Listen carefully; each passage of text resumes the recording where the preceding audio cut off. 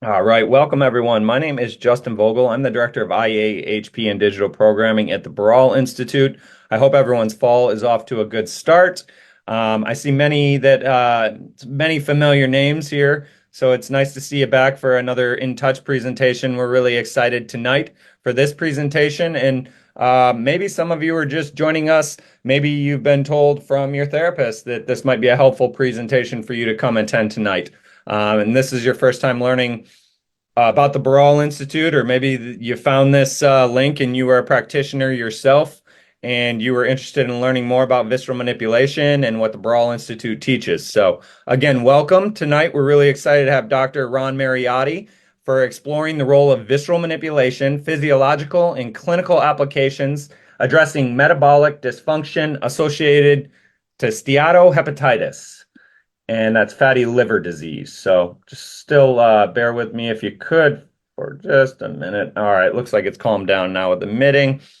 First thing I'm going to tell everyone, because I've had a few questions already in my email, is that yes, we will be recording the presentation tonight. So if for whatever reason you can't be here the whole time, if you have to leave early or you came in late, you will be able to receive this later. Because you have registered for this event, our team will follow up. They'll tell you a little bit more about what we talk about in an email, and then we'll have the recording available for you. It'll be posted to the Barral Facebook page as well.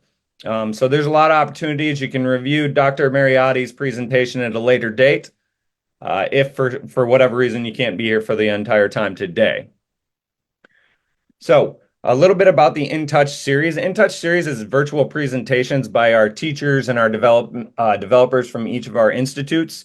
The latest information that we have pertaining to manual therapies, any current events, anything that any of our instructors are working on, are passionate about specialize in. We do encourage you, if you're a practitioner, to go ahead and invite your clients if there is a presentation, a topic that you think will be influential for them, something that they'll benefit from. So feel free to invite any of your clients, if you're a practitioner here, any of your family. If you're watching this and you say, hey, this might be helpful for an uncle or a brother, then you could always invite them to watch this later on our Facebook page as well. So one little last note is each of the InTouch presentations will have its own Zoom code. So if this is a new series for you that you just found and you'd like to join us in the future, we do have another presentation coming up in November. Then just know that you will want to check our website or look in your email, because you are registered for this. You should get some information about signing up for future events as well. So while Dr. Mariotti is presenting, at this point, I would ask everybody, thank you if you're seeing my cursor going, still have a few people coming in. That's pretty common though. If you are here with us today, right now, we do have a nice group of people. If you can stop your video, we just want to minimize any distractions we can. So if you could please stop your video at this time, that would be very, very appreciated on our end.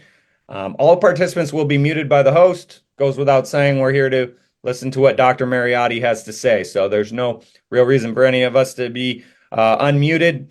And please do not use the raise hand presentation, or excuse me, feature during the presentation. So while the Dr. Ron is in full screen presenting, we won't have questions during that time. At the end, as time permits, once the lecture is concluded, if we do have time to, then we will have Q&A as time permits. So at that time, if you do have a question, please use the Zoom raise hand feature. That's on the Zoom toolbar. Final note here, please respect the copyright of our materials. No still or video screen captures are permitted during this program. Dr. Ron Mariotti is a naturopathic physician who received his doctorate from the prestigious Bastyr University and lives in Ashland, Oregon with his partner. He's an international teacher for the Barral Institute with a focus on helping manual therapists understand the web of anatomic and physiologic connections between organs and their patients' symptoms.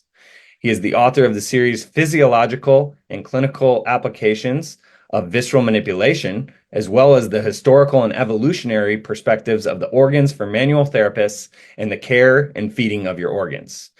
He has also developed a series of audio programs that include guided layered palpations designed to enhance the sensitivity of the hands of the manual therapist. Dr. Mariotti is also the developer of the online Visceral Manipulation Study Group, vmstudygroup.com, where Barral Institute alumni can go to dive deeper into the study of the organs. So with that, Dr. Mariotti, I'll hand it over to you. Thank you so much for being here. Okay, welcome everybody. I'm looking forward to this presentation. I think you're going to learn a few interesting little details about fatty liver disease that will not only help you with your patients, but also if you're watching this and you have, you're not a manual therapist, you might learn a few little details that you might be able to help yourself if you're dealing with fatty liver disease. To start us off, sorry if I'm waking up any arachnophobia out there, but I love this image because it shows a spider web, and that really is kind of a way to kind of encapsulate in a very poetic way what it is that we manual therapists do. In fact, here's a quote from Goethe. He was a philosopher and a poet from the late 1700s, early 1800s. One thread moves 1,000 threads.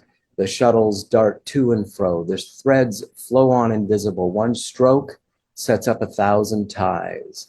The reason I like that is because it really encapsulates how what we do with our hands sets up an incalculable number of potential effects. And so one little treatment in one area can have profound effects. And you're going to see how this is so true when it comes to fatty liver disease. So now we all know this as manual therapists, we need to be precise. And to be precise and efficient and effective with visceral manipulation, we have to have an accurate understanding of anatomy. And to truly know anatomy, we really have to have an accurate understanding of physiology. You don't need to be a physiologist or an anatomist, but you should have a pretty good understanding of those details. And in order to truly understand the cause of your patient's suffering or your suffering, having some understanding of the pathology is also essential. Now, as manual therapists, our patients come to us because they're suffering. They need some help.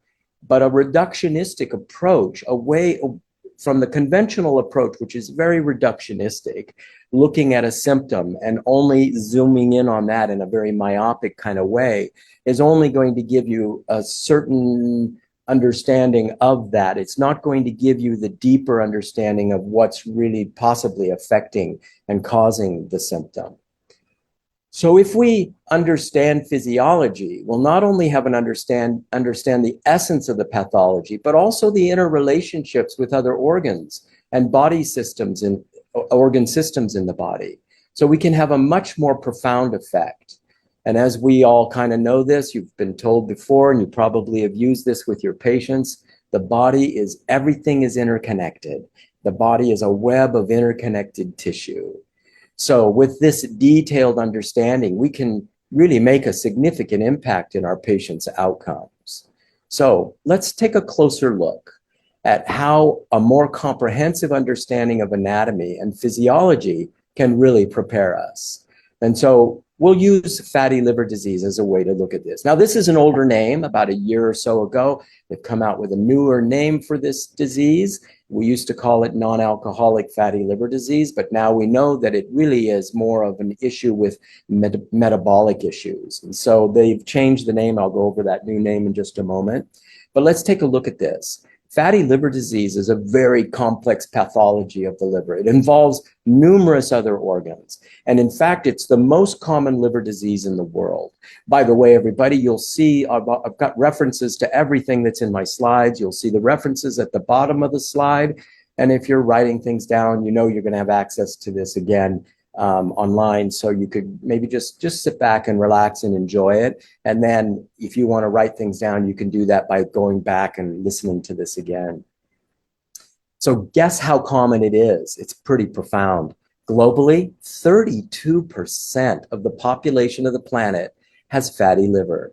And in the Americas and Southeast Asia, 40%. The Middle East, 32%. In Asia alone, it's 30%, and 19% of those in this study were lean body mass. So it doesn't necessarily mean you have because you are carrying a little extra poundage, you're going to have fatty liver disease. It's so much more complicated than that. In Europe, it's at 31%. And in Japan, a recent study that I looked at showed that it's at 50% in Japan. Half the population of Japan has some level of fatty liver disease. And it's projected to increase globally by the year 2030. So it's pretty profound. And so we have to ask ourselves the question, why is it that the liver really kind of likes to sequester fat? And it actually, we'd have to go a little further back in our history, in our evolution, in fact, to really understand what that mechanism is. If we look at some of the animals that are living in the ocean, like the sharks and the rays and the skates, for example, they have very large livers and they sequester a lot of fat in their livers. So we, from an evolutionary perspective, we came from the ocean. And so we share some similarities with these other vertebrates and other animals. So with these ones, with sharks, for example, they store a lot of fat in their liver for two reasons. The one reason is because it helps them to be more buoyant. And the other reason is because when there's not enough fish swimming around for them to eat, they pull nutrients from the fat. So our livers, from an evolutionary perspective, are sort of geared towards that. Now we fast forward into modern times and we eat foods, we do things that are not necessarily beneficial for us. Look at this diagram I've created for you all. This shows you all the various things that contribute to fatty liver disease. They're up here in the far right corner here. This is the new name, Metabolic Dysfunction-Associated Steatohepatitis.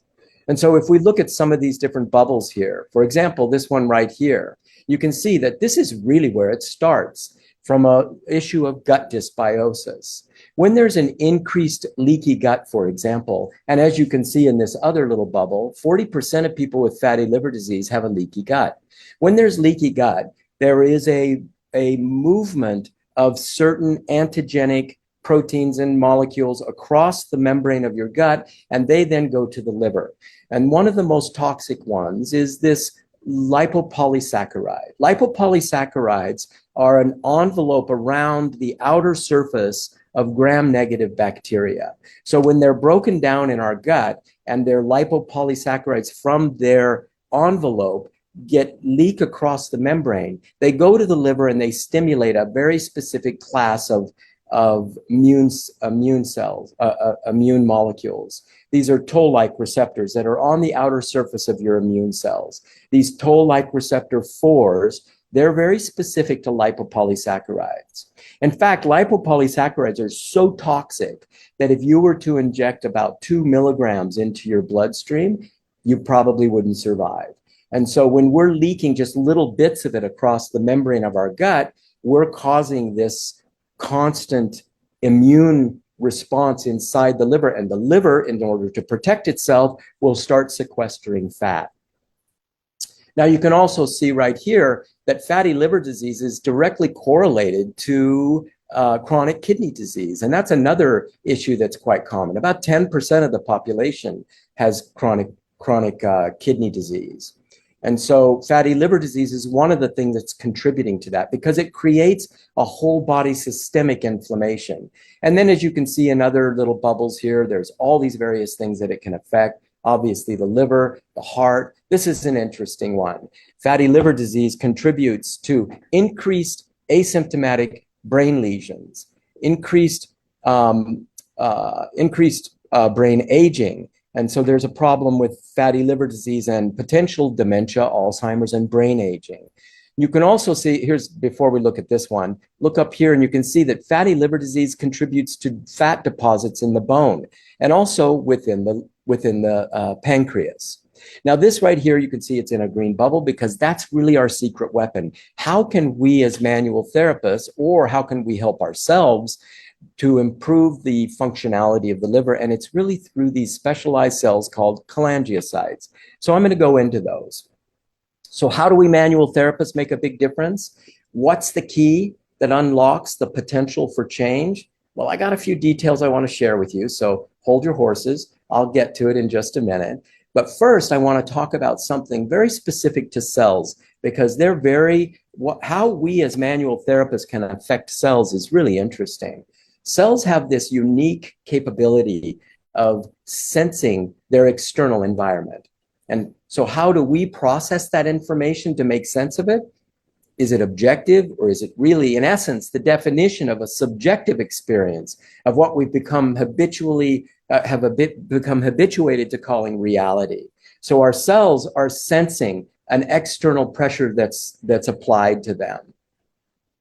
In this study, mechanosensing is a general cellular phenomenon in which changes in membrane tension and the cytoskeletal structure induce intracellular signal transduction in response to an extracellular mechanical force, such as manual therapy. You can see that I showed with the hand coming down and touching the surface of the cell. That tension in the cell is what kickstarts this whole cascade of events. These mechanosensory ion channels sense extracellular stimulation, such as pressure, gravity, acceleration, sound waves, tension, fluid flow, pain, light, temperature, and even blood pressure.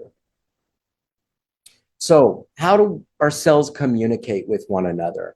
Cells adhere to neighboring cells and to the extracellular matrix via these specific transmembrane receptors. We have a couple of them, a couple of families of these. One is called cahedron, and those are the cell-to-cell connections. So how does a cell communicate with another cell? It's through these cahedrons. And then we have integrins, which are cell-to-substrate. So how do these cells communicate with their outside environment? Those are via these integrins.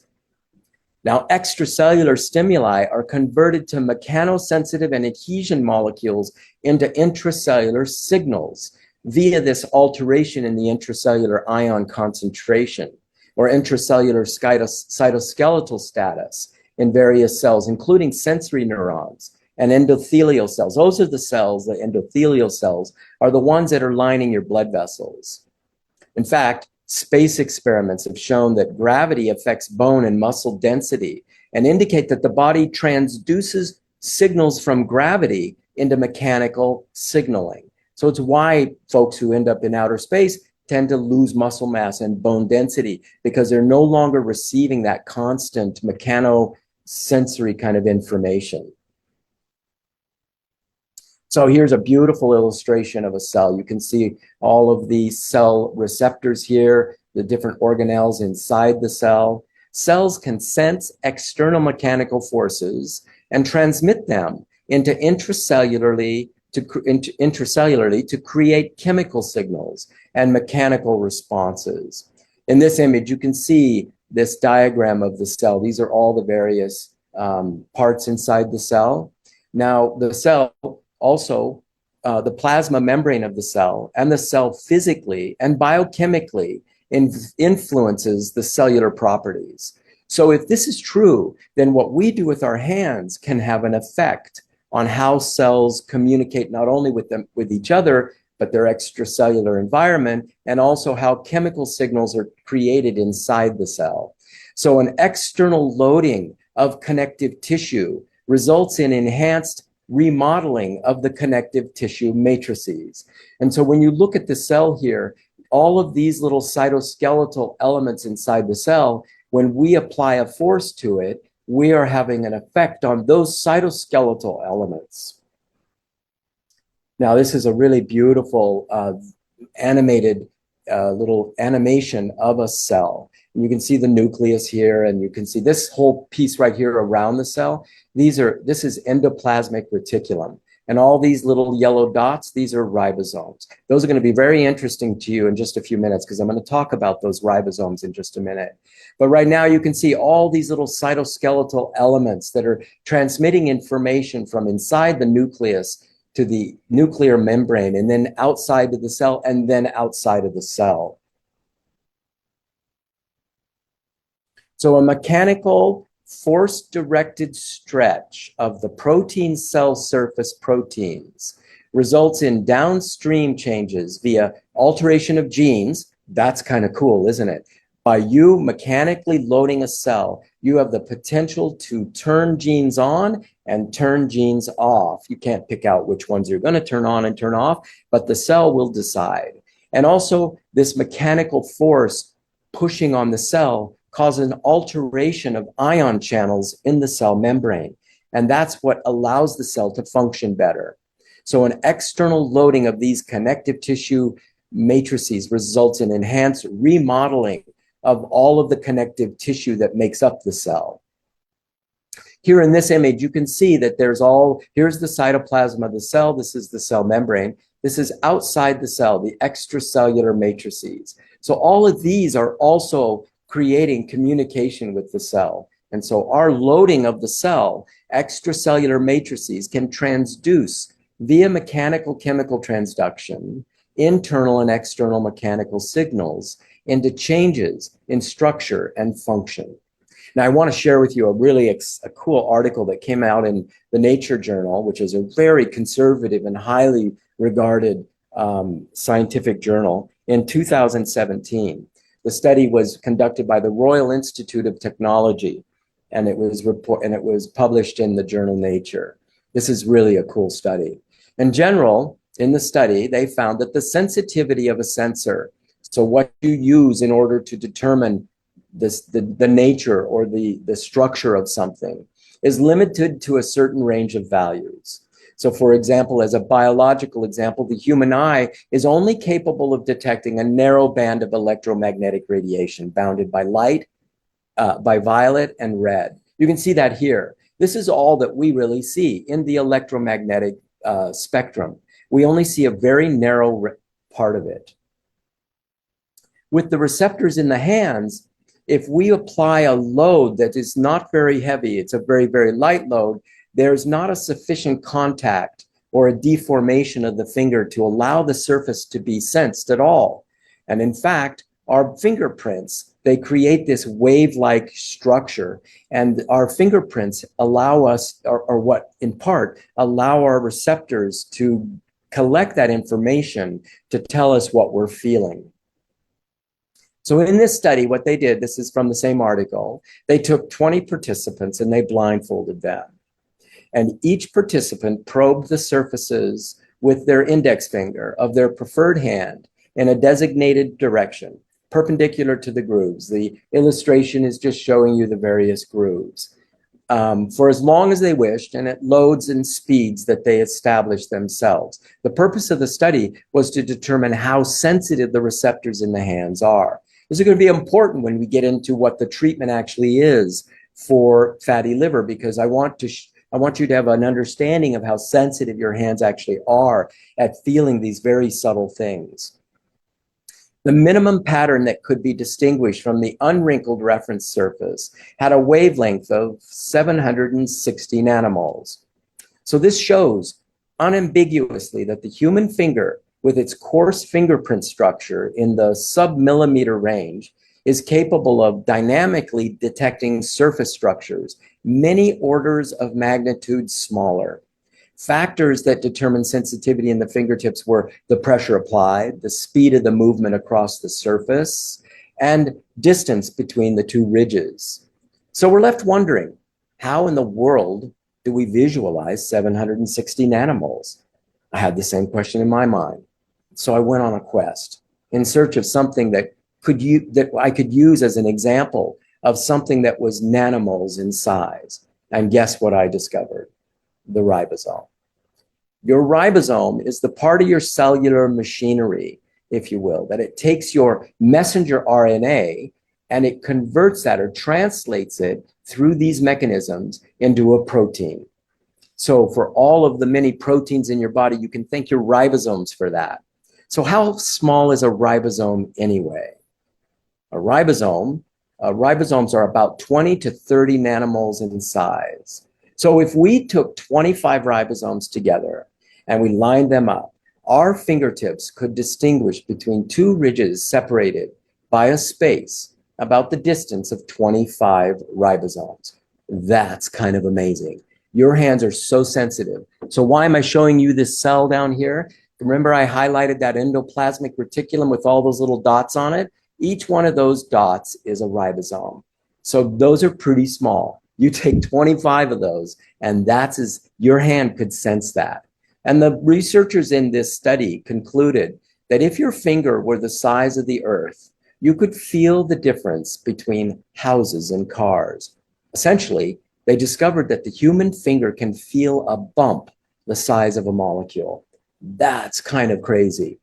So I know you're wondering, why should you care about all this stuff? Well, you actually should care. And one of the reasons is because Jean-Pierre, the guy who has developed the visceral manipulation we teach and practice, he says, you do more than you know. When you do something with the tissues, you do more than you know. Another reason you should care, with over 3 million movements in the thorax alone, 24,000 breaths a day, and 120,000 heartbeats a day, with everything we do in the body, we set the body up to undergo an incalculable number of responses. So every single thing, like that spider web image. And also you should care because with a deeper understanding of these connections, you can design a much more effective and efficient treatment plan for your patients. And also another reason you should care, because the more you educate yourself on what's actually occurring under your hands, the greater sensitivities your hands will have. Now, I know. Yes, Ron, that's great. But how can I help my patients? Well, let's go into the liver a little bit more in detail here. The liver, believe it or not, it has 200 to 300 billion hepatocytes. Excuse me. All of those hepatocytes congeal to create a functional unit within the liver. Those units are called lobules. So your liver has about 1 million lobules made up of about 200 to 300 billion hepatocytes. And about 5% of all these cells are cholangiocytes. Now, remember my graph in the beginning, I showed you that that was our secret weapon. These cholangiocytes connect to every single lobule in the liver. So where is a cholangiocyte? It's right here. This is your gallbladder. These are your bile ducts. So even if you've had your gallbladder removed, you still have the common bile duct and you still have the smaller bile ducts because that's what helps the liver to collect the bile and to push the bile into your duodenum when you need that in order to emulsify your fat-soluble vitamins and such. So these ducts here are made up of cholangiocytes. So now I know what's so special about cholangiocytes. But I want to go into a few more details. So I'm going to geek out just for a few seconds here on a cholangiocyte because it's pretty cool what it's made up of. So here's a diagram showing you these cholangiocytes. Larger cholangiocytes, you can see that we're looking right here at this part of the bile ducts or over in here. We have larger cholangiocytes, smaller cholangiocytes, and they connect to hepatic progenitor cells and all the way up to your hepatocytes. So when you can see here, there's a continuation from the larger cholangiocytes all the way up. Now notice this right here on each of these cholangiocytes. You have a little tail. It's called a primary cilium. I'm going to go over that because that's really where all the effect is. So I'll talk about that in just a moment. So hepatocytes and cholangiocytes. So we know 5% of our liver cells, of those 200 to 300 billion liver cells, are cholangiocytes. And in all the zones of the liver, all of the zones of the liver lobules, these cholangiocytes and the hepatocytes are facultative stem cells able to transdifferentiate into each other. So what does that mean? That means if your hepatocytes are under assault because they're being surrounded by more fatty tissue, you have another reserve. You have cholangiocytes. And if you can wake them up, you can potentially stimulate change all the way up into the hepatocytes. And those cholangiocytes can differentiate into hepatocytes. That's kind of amazing. There's no other organ that we know of yet in the body that has the capability of doing this. So cholangiocytes are pivotal in liver regeneration, especially when your hepatocyte regeneration is compromised, such as in fatty liver. Now, remember, I said that they make up about 5%, 3 to 5% of the liver cells. And this is kind of interesting. They express numerous pathogen recognition receptors on them. So these cholangiocytes have a receptor that is able to recognize pathogens when they're coming into your body. And they have this antenna-like sensory organelle. It's referred to as a primary cilium. And it's responsible for growth and for function of the cholangiocytes.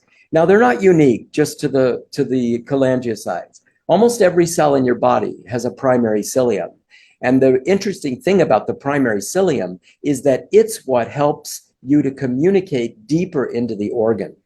Now, here's a diagram showing you a primary cilium. You can see it's like a little tail coming off of the cellular surface. This is the cell wall, and these are the different parts of that primary cilium. If we slice through the primary cilium, you'll see that it has a very specific structure here. It has all of these microtubules that are in double form here, and those are what help to create communication within this cholangiocyte. So it's not just a little appendage from the cell. It actually is how the cell survives and functions and communicates.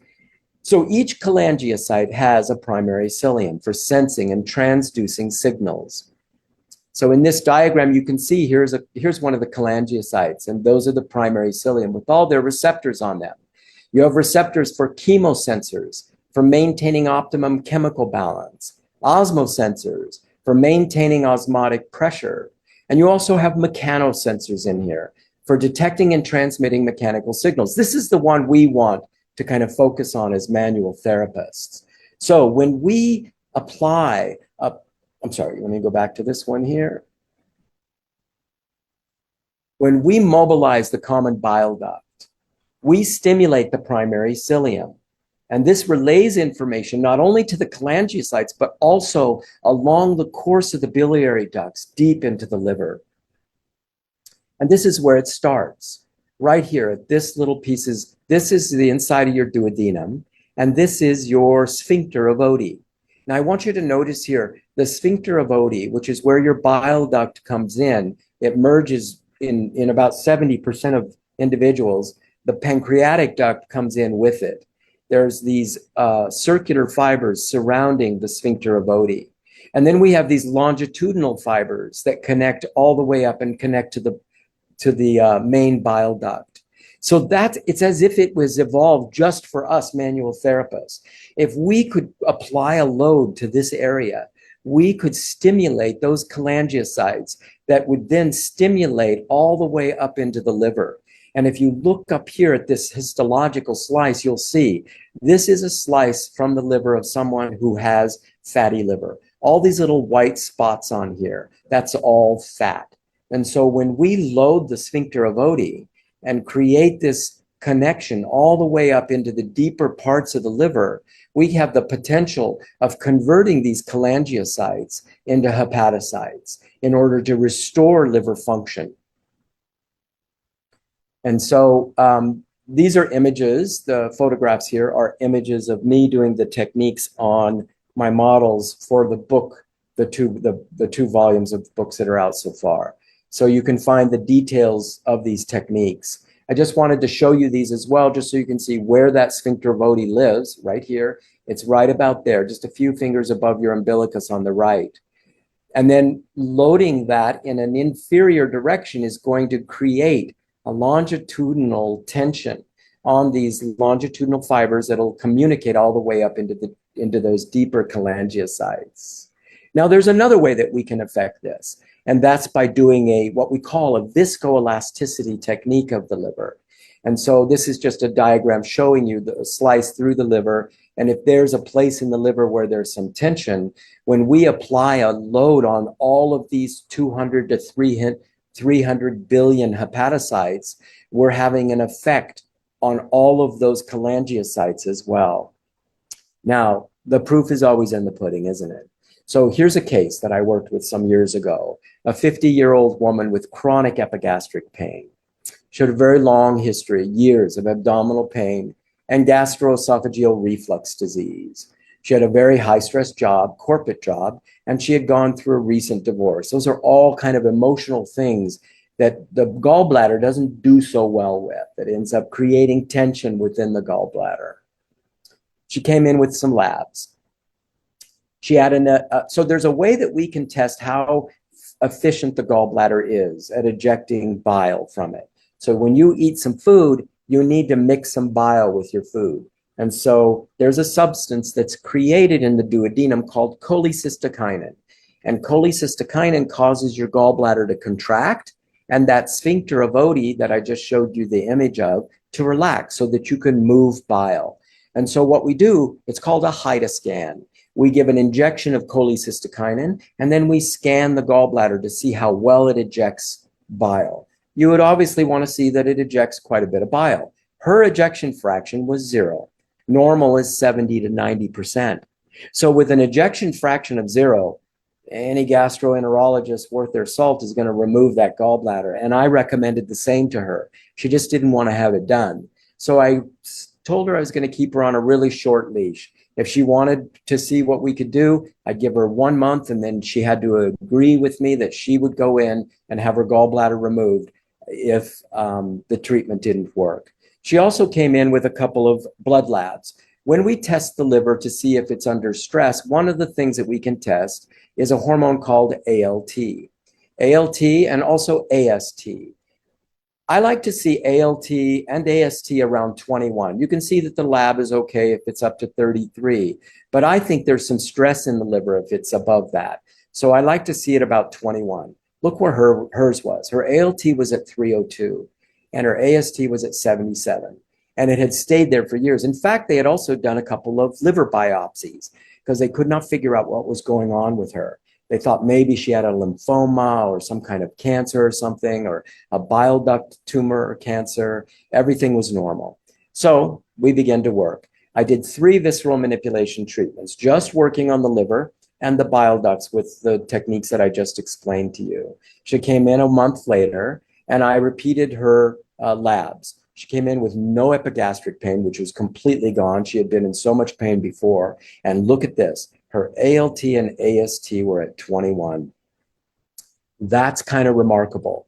Now, I remember that quote. This was so many years ago, and I really didn't know what it was that I had done that caused the liver to start functioning better. I just always remembered this quote from Jean-Pierre where he would say, "You do more than you know."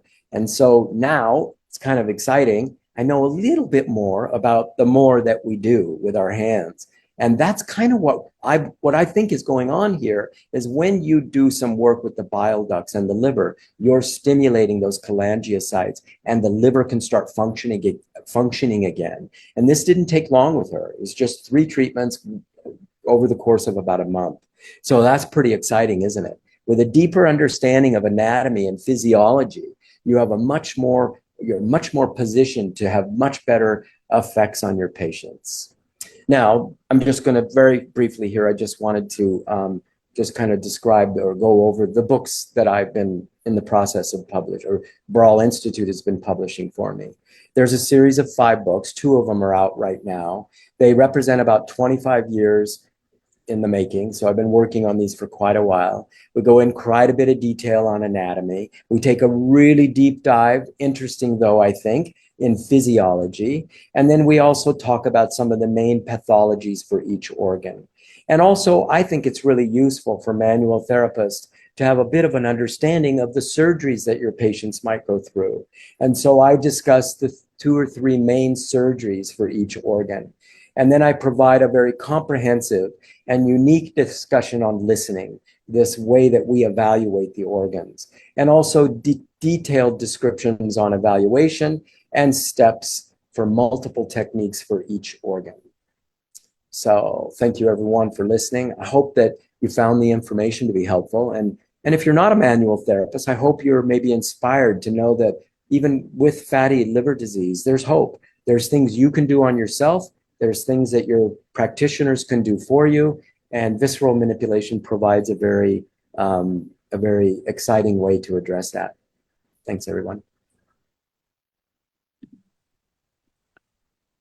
All right, terrific, Dr. Mariotti. Thank you. Very well done. Your PowerPoint, excellent. I'm just going to go back into my screen share here. Dr. Mariotti already touched on a few of the things that I want to cover, but I will go further into it. So the physiological and clinical applications of visceral manipulation, volume 1, as Dr. Mariotti said, it's evaluation, listening techniques, liver, gallbladder, and stomach. And I know you spoke on that a little bit here, Dr. Ron, but I would, after I go over a few things, I have a question for you as well, because I know our audience is quite probably diverse here. Some may just be getting started. Some may have went through different disciplines and are interested in visceral and haven't taken courses. And then I see some names of those who I know have went through the brawl work for many years. So, and then the second volume will be the duodenum, small intestine, colon sphincters, and additional support techniques. So we offer both of those. If you're interested in purchasing either of those books, you can email me directly. You have my email from the registration.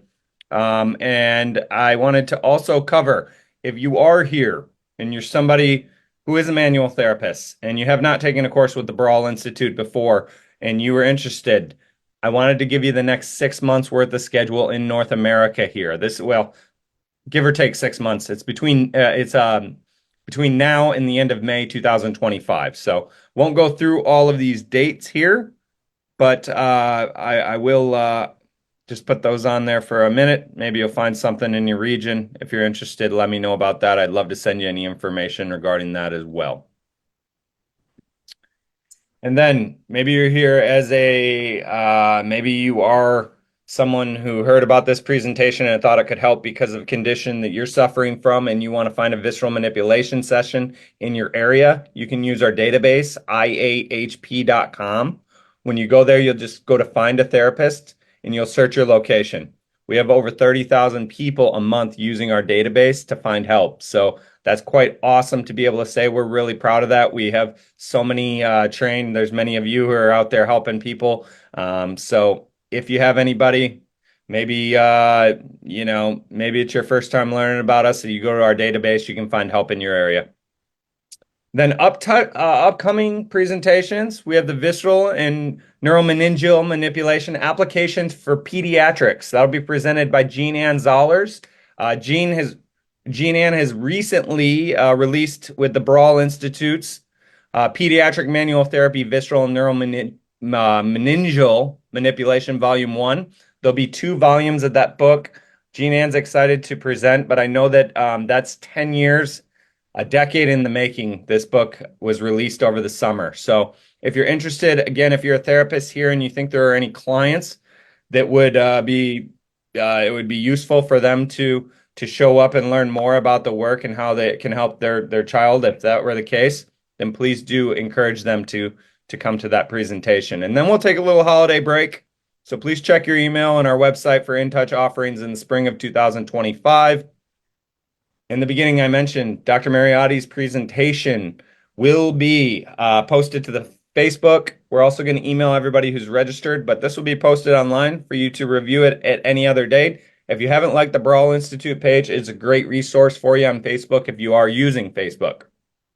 So with that, I said if time permits, that we would go ahead and have a few questions, hopefully here. The first thing, Dr. Ron, if I may ask, just from a wide variety of different an audience here, was some manual therapists who have never taken the visceral work, and then some who are advanced visceral manipulation practitioners. Can you tell us how the books are helpful for them and how they can incorporate that and start using the material that you offer in that? Yeah, absolutely. So I think that, like I said in the beginning of my talk, I think that having a more detailed understanding of the anatomy and the physiology is really going to help your effectiveness with the treatments that you do for your patients.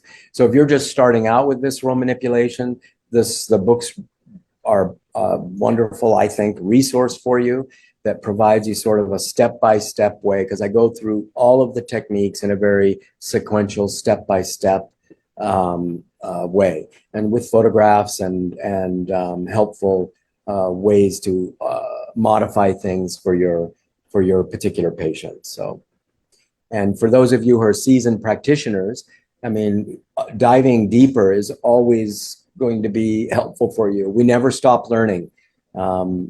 In order to really to really own something, there's another quote from Goethe. He says, "You cannot own something that you don't understand." And so, helping you with that deeper understanding will help you to truly own the work and to incorporate it into your practice and integrate it into what you already do.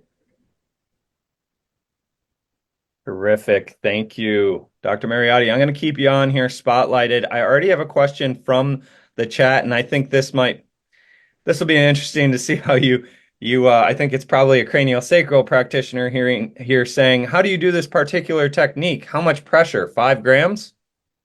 Oh, yeah, yeah, that's good. I like that question. That's actually really good because if you're doing this technique on somebody and you're using too much force, then what the body tends to do is start to resist and you start to squeeze the tubes a little bit and constrain them. And that's not the goal. The goal is to do enough load just to activate those primary cilium that are all kind of on the inside of the lumen of the duct. And if we can load those cells, we can stimulate a response up through all the way up into the deeper parts of the liver. But to use too much force is not going to do that. So there is, I think, you know, the 5 gram idea, that's a little too light. I mean, you also need to be at the level of that sphincter. And so that's where really having a deeper understanding of the anatomy and the physiology is important. Because the sphincter of Oddi is not a very superficial structure. It's actually quite deep. It's maybe, you know, 55, 60% deep in the body. So you have to get to that depth in order to have a true effect. But then once you do the loading on that sphincter of Oddi and activate those mechanoreceptors in that tube, that duct, it just kind of takes over from there. Very good. So there's a few other questions in here. Something nice, Lynn. I hope you're doing well, Lynn. Good to see you. It says has both visceral books by Ron. Nicely written, easy to read and understand. The next, the next thing I see here is if I wish to refer a friend, but the friend has progressed from NASH to end-stage liver disease with cirrhosis. Is there contraindications for this technique? No, absolutely not. This is a person you definitely would want to be working with. Because remember, I mean, there have been experiments, animal experiments, that have shown that if you remove about 75% of a liver from an animal in a mouse model, it takes about a week to 10 days for the mouse to completely regenerate a brand new liver. And so that's kind of the uniqueness of our livers. Our livers are able to restore themselves. However, if you've gotten to the place where you now are having cirrhosis or fibrosis of the liver, much of the liver functionality is lost. But remember that 3 to 5% of those liver cells are cholangiocytes. So I would be working with this person until I can start seeing some changes in their labs. So you send them to, if you're not doing labs, you send them to somebody who does do labs, and I would be following it quite closely. So do the techniques, especially the viscoelasticity technique, especially that sphincter of Oddi technique that I shared with you, and then do that every once a week or so, and then have them go in for some labs and see if there's a change. And if there's not a change, don't give up. Give them maybe a few more months and then see what happens. I'd love to hear about it because I think it's a really exciting way that is not really looked at in offering help for these folks. Excellent. There's another question here. How do you work with transposed organs without the normal landmarks? Yeah, you got to know the terrain, right? So if somebody has a situs inversus where the liver's on the other side, which I have maybe seen one person in all my years. So, I mean, I don't see a lot of those people, but if you do have somebody like that, then you would need to have a scan or something to show you the terrain. That being said, for those of you who have already taken a visceral course, you already know how you can find those landmarks without having a scan. So there are ways that these different structures present themselves to the receptors in our hands that allow us to feel where the structure is. So I always like to have a scan anyway, just to see, but then using my understanding of how those different structures present to me is essential. So that's where taking a course is going to be probably a good idea. And you'll learn that all in VM1, the very first level course. All right. Do you have to hold the pressure for long or short, but repetitively? Good question. And those are, again, I mean, I know that there are some folks here who have not taken a visceral course, and those kind of things would be answered to you in the visceral course. But if you haven't taken a course, I think less is more. I mean, stimulating it enough to where if you're sensitive enough, remember, your receptors in your hands are so sensitive they can feel a molecule, something the size of 25 ribosomes lined up. That just should blow your minds at how sensitive your hands actually are. And so if you can sense a change in the tissue, a change from something that feels maybe a little more sticky to something that feels a little bit more fluid, that's when I would probably stop and I would let the person have some space. Then I might go back in and do it again, just to kind of, doing it a few times would be useful. All right, so we got a few more questions here. This is good. Do you find working with the lesser omentum helpful for both GERD and liver disease? Anatomically, it makes sense. I've seen good results, but they only seem to last around 3 months before symptoms reoccur. Obviously, lifestyle changes are essential. Are there any resources you recommend or general advice? How often do you see patients for maintenance? Okay. Those are some good questions. We probably need another 45 minutes to answer all those. um, so the first part of your question was definitely lifestyle. Folks need to make changes. We don't, I always tell my students and my patients, my job isn't to fix you. My job is to stimulate a process and then you get to fix yourself. And if they're eating foods and remember, we have this ancient evolution that all of our organs come from. And so if we're not cognizant of the foods we eat and the lifestyle we live, then it's going to be difficult. But if you can get somebody on board with you to make changes, then it's a recipe for success. Now, you asked about the lesser omentum. The omentums are really interesting because they're a lot more than just a layer of tissue, right?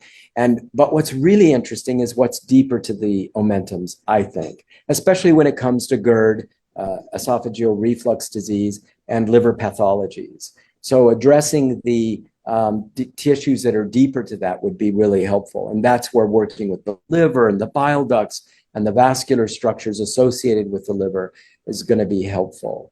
And then as far as resources, I mean, I'm a real believer, obviously, being a naturopathic physician, I'm a real believer in diet and lifestyle. And so I'm always trying to promote lifestyle changes and dietary changes. I love the book by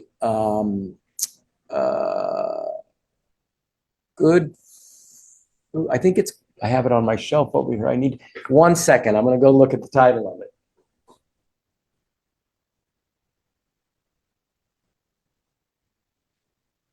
Got it. Good Food, Great Medicine. It's a book by a MD out of Portland, Oregon. And he's done an excellent job of helping to empower his patients and describe the Mediterranean diet, which hands down is probably one of the best diets on the planet. So much research has been done on it. So that's an awesome resource to have. Good Food, Great Medicine. And you can find that on Amazon. I think I got them all. Oh, you asked about how many for maintenance when I see patients. I'm always trying to work myself out of a job. Again, I'm not trying to fix them. If they have a symptom, I'm not trying to just to manage the symptoms. I'm trying to find where, and that's what we teach in the courses, where the main issue is and treating that. Now, over time, the symptoms just sort of dissipate on their own if you're treating the main cause of the tension. And so, but more is not necessarily better. And so, if I'm for maintenance kind of thing, if I'm seeing somebody on a once every 3-4 months, maybe even 6 months, I think that's really useful because then they have a lot of time for their bodies to acclimate what it is that I did with them, and also to integrate the kind of suggestions or lifestyle changes that are important to keep that movement going. I think I got them all. Very good. With the case that you mentioned in your presentation, did you also recommend any natural supplements like milk thistle? No, with her, I just worked with my hands. In fact, I believe that I saw her, that was quite a few years ago. I saw her before I was a naturopathic physician. So I just worked with my hands. And so it's pretty remarkable, don't you think? Working just with your hands, not bringing anything else in, what you can do. Now, she did go on because her ejection fraction for her gallbladder didn't change. So she needed to have her gallbladder removed, and she ended up having it removed. But the real nitroglycerin to what happened to her, the real sort of rocket fuel, was what I did with the sphincter of Oddi and the liver with viscoelasticity of the liver and working with those cholangiocytes. All right. And then someone had asked if we could show the picture of the technique one more time. I do apologize. We try to be as accommodating as possible, but we are running here short and we have a couple more questions and there is a recording. So I do want to remind that. So you can always go back and refer to that. If I refer the friend with ESLD, is there a level of training the therapist needs, like there is with CST? I'll use the site to pick a therapist as the friend is across the country. Okay, so somebody's looking, they're wondering about friend with ESLD, what level, if there's a certain level of training through the Visceral program. You're asking me that? That was in if they were asking you if there's a certain level the therapist you think should be trained. More is better when it comes to training, I think. I mean, I believe that, when I'm looking for somebody to refer somebody to because they can't see me here and they need to see somebody else in another state or something, I'm always looking for the practitioner who's had, I love it if somebody's had vascular, if they've had the vascular training. So that means they have to have had all 1 through 4 of the visceral courses and then going on to the vascular. And also if they have some handle on working with the nervous system. And then Jean-Pierre's new work, working with the brain, is spectacular. And if somebody has had 1 or 2 of those courses, it really does make it much more, it adds much more juice to the techniques. So yeah, with VM1, it gets you started. That being said, VM1 is not a beginning course. People kind of sometimes mistakenly think that. VM1 is actually a very advanced bodywork course that teaches you how to connect at these very subtle levels to tissues that are deep in the body, not so deep in the body, and how to feel the difference between different organs and what are the kind of techniques that particular organ really appreciates. And so, and then I am hopefully in the next year or so coming out with a new little book called The Care and Feeding of Your Organs. It's basically a self-help book for you to give to your patients or yourself, and you can do the techniques on yourself with the photograph showing you that and the steps, as well as diets and foods that your organs, specifically liver, for example, likes or doesn't like. And all of this is based on my exploration of looking into evolution and historical perspectives of the organs, as well as what we know about the organs today and how they function. Terrific. So everything else for the most part is just a lot of thank you. Somebody mentioned the listening techniques trainings are priceless. Thank you, Dr. Mariotti. Very interesting and interesting information. So I'll ask Dr. Ron, you've shared a lot and done a fabulous job. So I thank you again. Is there anything you want to leave us with? I think I've probably talked enough. I've given you enough to chew on. Awesome. Well, thanks again. Thanks everyone for attending. Have a wonderful evening. See you guys.